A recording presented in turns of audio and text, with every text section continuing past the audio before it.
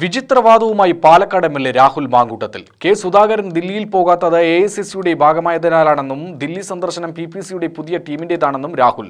ചെന്നിത്തലയും ഹസനും പോയിട്ടുണ്ടല്ലോ എന്ന ചോദ്യത്തിന് അത് അവരുടെ ചോയ്സ് എന്നും മറുപടി. KPCC ചുമതലയേൽക്കൽ വിവാദമാക്കിയത് മാധ്യമങ്ങളാണ്. MP-മാർ വിട്ടുനിന്നത് നേതൃത്വത്തിന്റെ അനുമതിയോടെ. ആന്റണി പങ്കെടുത്തില്ലെന്ന പ്രചാരണം ക്രൂരമെന്നും രാഹുൽ പറഞ്ഞു.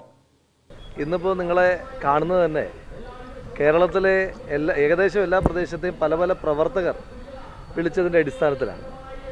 കാരണം KPCCയുടെ ഒരു പുനഃസംഘടന പൂർത്തീകരിക്കപ്പെടും, ആദ്യഘട്ടം പൂർത്തീകരിക്കപ്പെടുന്നു. ആ ആദ്യഘട്ടം പൂർത്തീകരിക്കപ്പെടുമ്പോൾ ഉണ്ടാകുന്ന ചില മാധ്യമങ്ങളുടെ സമീപനം അത് അങ്ങേയറ്റം പ്രതിഷേധാർഹമാണ്. അപ്പോൾ പ്രവർത്തകർ പല കോണിൽ നിന്ന് നമ്മളെ വിളിച്ചു ചോദിക്കുന്നത്, നമ്മുടെ ഒരു പുതിയ ടീം വന്നു, ഒരു എനർജൈസ്ഡ് ആയിട്ടുള്ളൊരു പുതിയ ടീം വന്നു, ആ ടീം വരുമ്പോൾ ആ ടീമിൻ്റെ പോസിറ്റീവ് വാർത്തകൾ മാധ്യമപ്രവർത്തകർ കൊടുക്കാത്തത് പോകട്ടെ നോക്കുക, അത് അവരുടെ തീരുമാനമാണ്.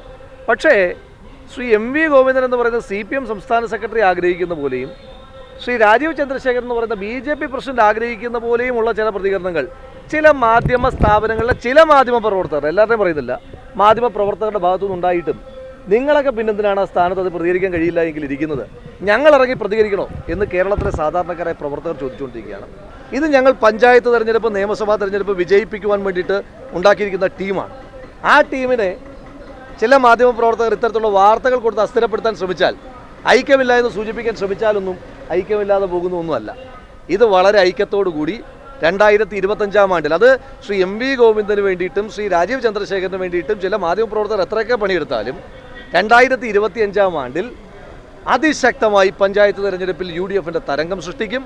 2026 ആണ്ടിൽ കേരള നിയമസഭാ തെരഞ്ഞെടുപ്പിൽ UDFന്റെ കോൺഗ്രസിന്റെ മുഖ്യമന്ത്രിയെ ഈ ടീം ഉണ്ടാക്കുമെന്നുള്ള കാര്യത്തിൽ തർക്കമില്ല.